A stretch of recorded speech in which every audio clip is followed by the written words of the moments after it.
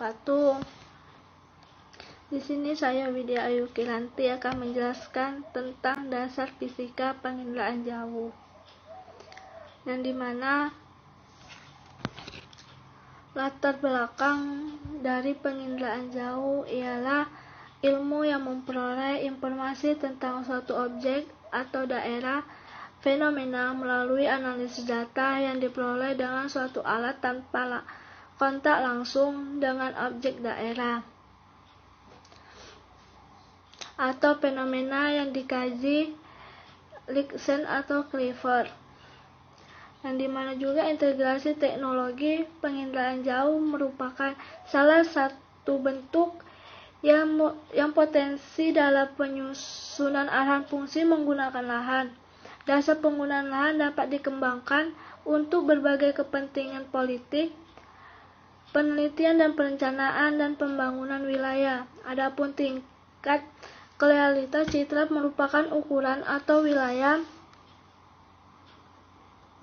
Penginderaan jarak jauh adalah ilmu yang memperoleh informasi tentang suatu objek atau daerah atau fenomena melalui analisis data yang diperoleh dengan suatu alat tanpa kontak langsung dengan objek, daerah, atau fenomena yang dikaji Liksen dan Clifford, yang dimana juga dijelaskan integrasi teknologi penginderaan jauh adalah salah satu bentuk yang potensial dalam penyusunan arahan fungsi penggunaan lahan. Dasar penggunaan lahan dapat dikembangkan untuk berbagai kepentingan penelitian, perencanaan, dan pengembangan wilayah.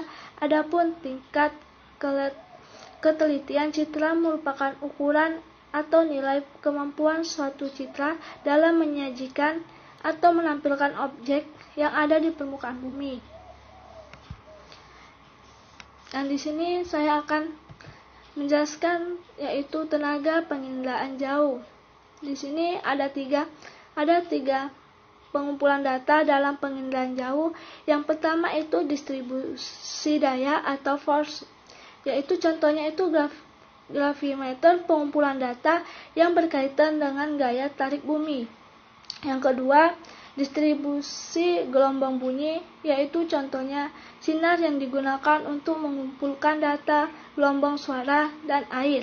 Yang ketiga, distribusi gelombang elektromagnetik, yaitu contohnya kamera untuk mengumpulkan data yang berkaitan dengan pantulan sinar violet. Betul, saya akan menjelaskan tentang teknologi elektromagnetik, yang dimana teknologi elektromagnetik adalah paket elektrisitas dan magnetisme yang bergerak dengan kecepatan sinar pada frekuensi dan panjang gelombang tertentu, yang dimana matahari merupakan sumber tenaga utama elektromagnetik. Sumber tenaga alamiah digunakan dalam penginderaan jauh sistem pasif, sedang tenaga buatan digunakan dalam penginderaan jauh sistem aktif. Tenaga elektromagnetik tidak tampak oleh mata. Tenaga tersebut tampak ketika berinteraksi dengan benda. Betul, adapun batasan elektromagnetik. Tenaga elektromagnetik dapat dibedakan berdasarkan panjang gelombang maupun frekuensinya. Yang pertama itu panjang gelombang ialah jarak lurus dari puncak gelombang yang satu puncak gelombang lain terdekat. Yang kedua, frekuensi ialah jumlah siklus gelombang yang melalui titik dalam satu detik, dinyatakan dalam hertz yang sering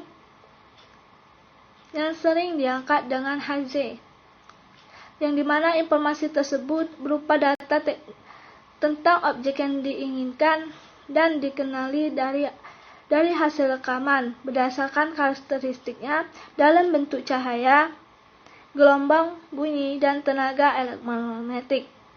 Yaitu contohnya, salju dan batu kapur akan memantulkan sinar yang banyak atau menyerap sinar sedikit, dan air akan memantulkan sinar sedikit atau menyerap sinar banyak.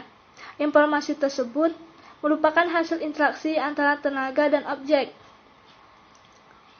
Di sini adapun interaksi antara tenaga dan objek direkam oleh sensor yang berupa alat-alat sebagai berikut, yaitu pertama gravimeter, yang dimana pengumpulan data yang berupa variasi daya magnet. Yang kedua, magnetometer atau pengumpulan data yang berupa variasi daya magnet.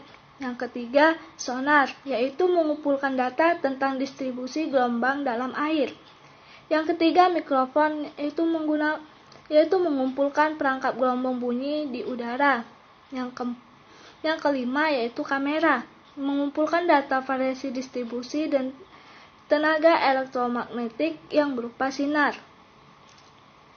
Di sini saya akan menjelaskan selanjutnya yaitu tentang spektrum elektromagnetik, yang dimana tenaga elektromagnetik terdiri dari berkas atau spektrum yang luas, yakni meliputi spektra kompleks, gamma, X, ultraviolet, tanpa informasi inframerah atau gelombang mikro atau radio.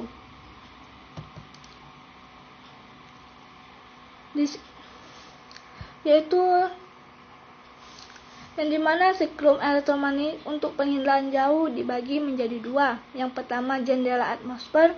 Jendela atmosfer adalah bagian-bagian spektrum elektromagnetik yang dapat melalui atmosfer yang merupakan jamuan bumi, yang dimana pengindaan objek pada pengindaan jauh menggunakan spektrum ultraviolet, spektrum tampak, dan spektrum inframerah. Dekat ialah dengan mendasarkan atas beda pantulan tiap objek terhadap tenaga atau mengenalinya.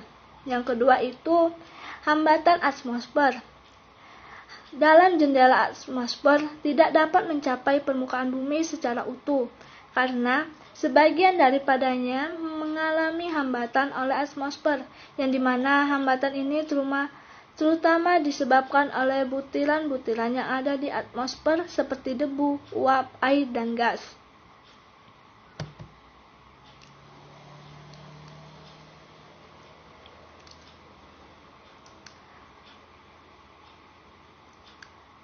Yang dimana dari hambatan atmosfer dapat dibagi dua, yaitu hamburan Rayleigh, yang dimana atmosfer yang mengandung butir-butir oksigen dan nitrogen.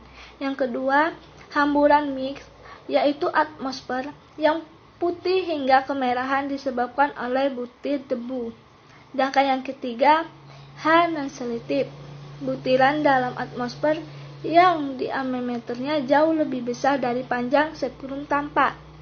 Yaitu yang kedua, yaitu sarapan, yang dimana gangguan yang lebih parah terhadap tenaga elektromagnetik karena merupakan kendala utama bagi spektrum inframerah. Penyebab utama uap air, karbon dioksida, dan ozon. Yang terakhir yaitu kesimpulan dari materi penginderaan jauh, yaitu di mana penginderaan jauh merupakan suatu ilmu dan seni untuk memperoleh data dan informasi dari suatu objek yang di permukaan bumi dan menggunakan alat yang tidak berhubung langsung dengan objek dan kajiannya. Dan di mana sistem penginderaan jauh memiliki dominan elektromagnetik dan dominan ruang. Pada dasarnya, setiap benda memiliki dan memancarkan gelombang elektromagnetik. Setiap objek ternyata mempunyai respon yang relatif serupa pada tiap spektrum, maka respon elektromagnetik objek sering disebut sebagai respon spektral. Di mana tenaga elektromagnetik adalah paket elektrisitas dan magnetisme yang bergerak dengan kecepatan sinar pada frekuensi pada panjang gelombang tersebut, di mana tenaga elektromagnetik dapat dibedakan berdasarkan panjang gelombang maupun berdasarkan frekuensinya. Panjang gelombang ialah jarak lurus dari puncak gelombang yang satu ke puncak gelombang yang lainnya. Dan penggunaan beberapa spektral sangat membantu proses pengenalan objek melalui proses pengembangan. Kemampuan antar saluran pengenalan pola spektrum sangatlah penting di dalam penginderaan jauh, dikarenakan dengan Dengan memahami pantulan spektral, suatu objek dapat memberikan kemudahan bagi unsur untuk memahami konsep dan menganalisis dalam pengindaan jauh. Di sini terima kasih, saya sudah menjelaskan tentang materi pengindaan jauh.